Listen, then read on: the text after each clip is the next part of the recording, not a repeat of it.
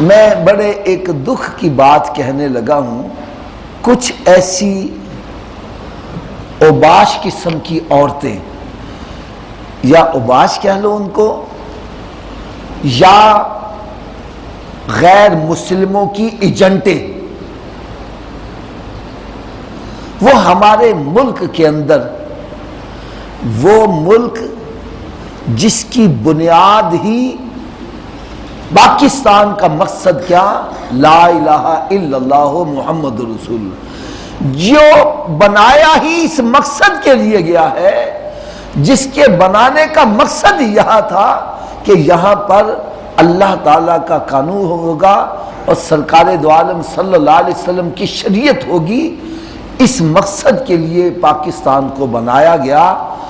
آج اسی ملک کے اندر کچھ ایسے غیر مسلم ایجنٹ کام کر رہے ہیں جو عورتوں کو پرموٹ کر کر اس قسم کا احتجاج کروا رہے ہیں، اور وہ عورتیں اس قسم کی بکواس کر رہی ہیں، اور پھر ہمارا میڈیا ان کو پوری کوریج دے رہا ہے۔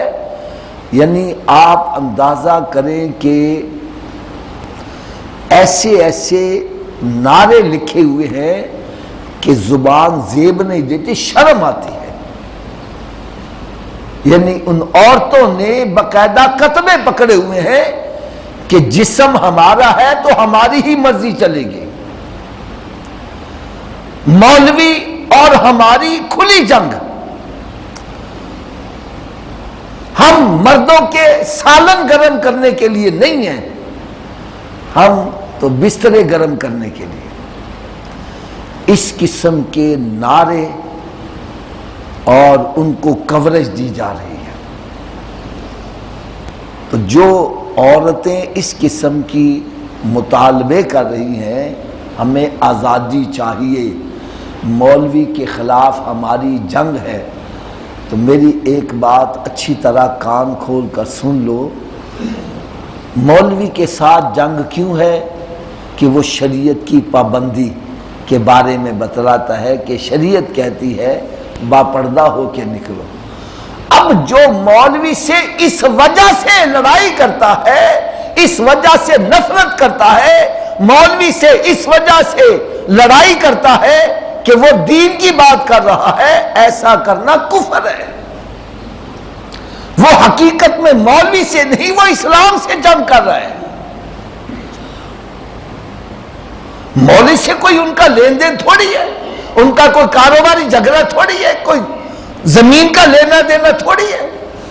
بھئی لڑائی تو اس لیے کر رہا ہے کہ وہ نیکی کی دعوت دے رہا ہے، برائی سے منع کر رہا ہے، اور جو اس وجہ سے اس سے لڑائی کر رہا ہے، کہتے جنگ ہے میری، تو وہ اس کے خلاف نہیں، وہ اسلام کے خلاف جنگ کر رہا ہے۔ جس ملک کی بنیاد ہی اسلام بنائی گئی، اور اس ملک کے اندر کوئی اسلام کے خلاف گفتگو کر رہا ہے، اور اس کو باقاعدہ کوریج دیا جا رہا ہے، اور پوری دنیا میں نشر کیا جا رہا ہے کہ ہمارے ملک پاکستان کے اندر عورتوں کے ساتھ یہ ظلم و زیادتی ہو رہی ہے، اور عورتیں آزادی چاہتی ہیں، عورتیں اسلام سے بیزار ہیں، یہ سارا کچھ دکھایا جا رہا ہے، اور ہمارے پاکستان حکومت، میڈیا ساری یہ کام آگے بڑھا چلا۔ یاد رکھو، جب ہم نے کلمہ شریف پڑھ لیا ہے تو پھر ہم غلام بن گئے۔ جو یہ نعرہ لکھ رہے ہیں جسم ہمارا اور مرضی ہماری، پہلی بات تو یہ ہے ہم اپنے جسم کے مالک ہیں؟ ارے اس کا مالک تو رب تعالیٰ کی ذات ہے۔ اللہ تعالیٰ نے یہ جو جسم ہمیں دیا ہے، یہ امانت کے طور پر ہے۔ یار ہم اس کے مالک ہوں، اللہ تعالیٰ ہمیں ڈسیبل کر دے، ہم سیدھا ہو سکتے ہیں؟ پیٹ میں درد ہو جائے ہم اس کے مالک نہیں ہیں، سر میں درد ہو جائے ہم اس کو دور نہیں کر سکتے۔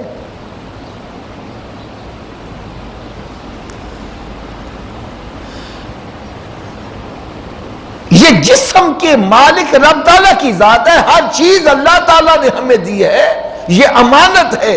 فرمایا جو اس امانت کو میں خیانت کرے گا قیامت کے روز اس کو سزا دی جائے گی۔ اور امانت کا حق کیسے ادا ہوگا؟ فرمایا میں اپنا محبوب تمہیں عطا کر رہا ہوں، یہ ایک نمونہ ہے، ان کے نقش قدم پر چلو گے تو امانت کا حق ادا ہو جائے گا، اور اگر ان کی مخالفت کرو گے تو امانت میں خیانت ہو جائے گی۔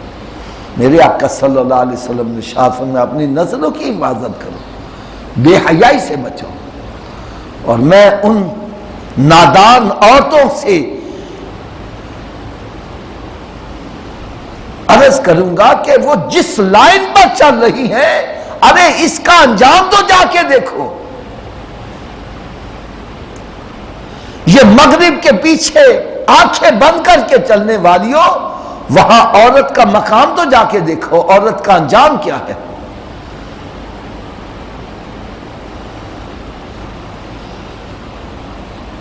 وہاں طلاقیں کتنی ہو رہی ہیں، اب تو وہاں پر نکاح کا کنسپٹ ہی ختم ہو گیا ہے، اور سڑکوں کے اوپر کتنے حرام کے بچے پڑے ہوتے ہیں، کوئی اٹھانے کے لیے تیار نہیں ہوتا۔ یہ اس آزادی کا انجام ہو رہا ہے اور اس کی طرف بھاگ رہے ہو۔ جب بوڑھا بندہ ہو جاتا ہے، اس کی اولاد اس کو اٹھا کر قاضی ہاؤس میں ڈال آتی ہے۔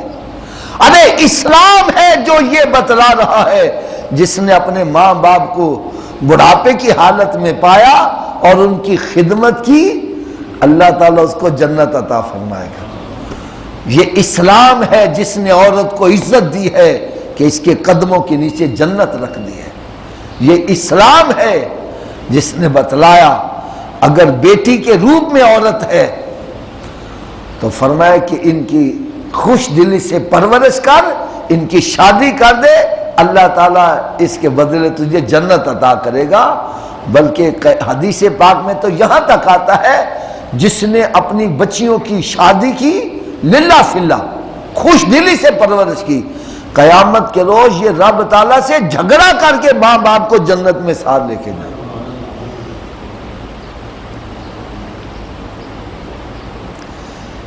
یہ اسلام نے عورت کو تحفظ دیا ہے، عزت دی ہے، وقار دیا ہے، اور اس کی ڈیوٹی کیا لگائی ہے کہ تو اپنے گھر میں رہ کر اپنے بچوں کی تربیت کر، ان کی خدمت کر۔ آج ماں بیٹے کی، اولاد کی خدمت کرے گی، بڑھاپے میں اولاد جو ہے وہ ماں باپ کی خدمت کرے گی۔ تو خدا را ایک میری بات چلتے چلتے میں اور عرض کر دوں، یاد رکھو برائی کی ابتدا میں مزہ ہوتا ہے، انجام اس کا بہت ہی برا ہوتا ہے۔ یہ نوجوان لڑکیاں لڑکے انجام کو نہیں دیکھتے، یہ آغاز کو دیکھتے ہیں، یہ ابتدا کو دیکھتے ہیں، انتہا نہیں دیکھتے۔ اور یہ بات اچھی طرح ذہن نشین کر لو، برائی کی ابتدا میں مزہ ہے لیکن اس کا انجام بہت برا نکلتا ہے، اور نیکی کی ابتدا میں تو تکلیف ہے لیکن انجام اس کا بہت ہی اچھا نکلتا ہے۔ میں ایک آسان سی مثال دے دیتا ہوں، ایک بندے کے لیے بستر چھوڑ کر نماز پڑھنے آنا بڑا مشکل ہے، لیکن نماز پڑھ کے جب فارغ ہوتا ہے چہرے پہ نور آ جاتا ہے، دل کو سکون آ جاتا ہے۔ قرآن پڑھتا ہے مشکل نظر آتا ہے لیکن قرآن پڑھتا ہے دل کو سکون آ جاتا ہے۔ غریب کی مدد کرتا ہے، خیرات کرتا ہے، زکوٰۃ دیتا ہے بڑا مشکل کام، لیکن جب کر لیتا ہے تو اس کو پھر سکون بڑا ملتا ہے، بڑا سکون ملتا ہے۔ اور گناہ اس کی ابتدا میں مزہ بڑا ہے، شراب پیتا ہے، سوٹے لگاتا ہے، سگریٹ پیتا ہے، بڑا مزہ آتا ہے، لیکن اس کا انجام کیا نکلتا ہے اللہ تعالیٰ معاف کرے۔